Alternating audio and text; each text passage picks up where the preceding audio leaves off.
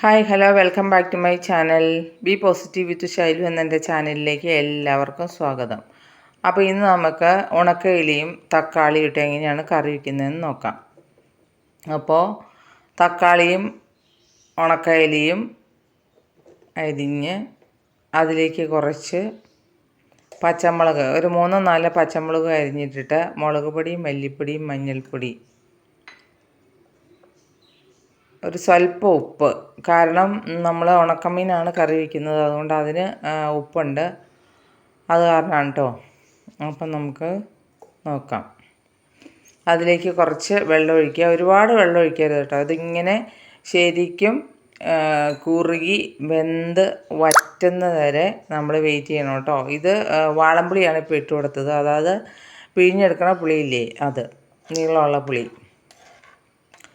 അപ്പോൾ നമുക്കിനി അത് വേവിച്ചെടുക്കാം. നന്നായിട്ട് വെന്ത് വറ്റുന്ന വരെ വേവിക്കണം കേട്ടോ. എന്നാലാണ് അതിന് ടേസ്റ്റ് ഉണ്ടാവുള്ളൂ. അപ്പോൾ നമുക്ക് അതിലേക്കുള്ള തേങ്ങ അരച്ചെടുക്കാം. അതിനായിട്ട് ഒരു വെളുത്തുള്ളിയുടെ ഒരല്ലി, ചുവന്നുള്ളിയുടെ ഒരല്ലി, ഇത്രയും തേങ്ങയുടെ കൂടെ ഇട്ട് അരച്ചെടുക്കണം. വേറെ ജീരകം അങ്ങനെ ഒരു സാധനം ചേർക്കണ്ട. പിന്നെ നമ്മൾ ഈ കറി താളിക്കാറും ഇല്ല കേട്ടോ.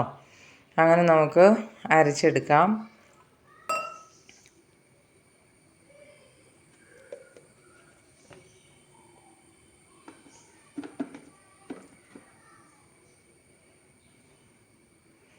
അങ്ങനെ നമ്മുടെ കറിയൊക്കെ വറ്റി നന്നായിട്ട് വെന്ത് വറ്റിയ പരുവമാകുമ്പോൾ നമ്മൾ അരച്ച തേങ്ങ അതിലേക്ക് ഒഴിച്ചു കൊടുക്കാം.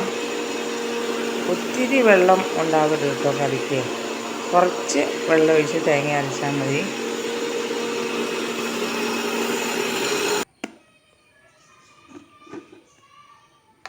പിന്നെ പപ്പടം പൊരിച്ചതാട്ടെ ഇത്. നമുക്കത് പാത്രത്തിലിട്ട് വയ്ക്കാം.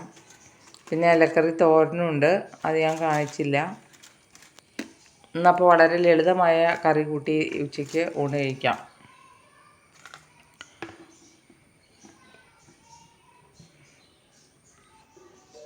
നന്നായിട്ട് വെന്ത കറിയിലേക്ക് നമുക്ക് തേങ്ങ അരച്ച് ഒഴിച്ചു കൊടുക്കാം.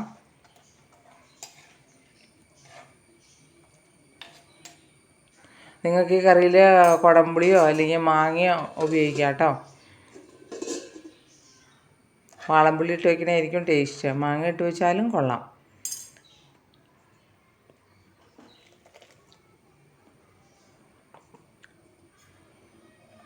അത്യാവശ്യത്തിന് വെള്ളം ചേർത്ത് കറി പാകപ്പെടുത്തുക.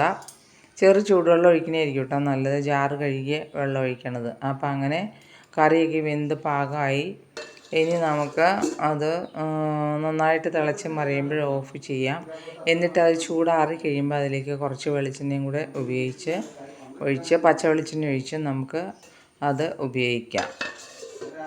Thank you.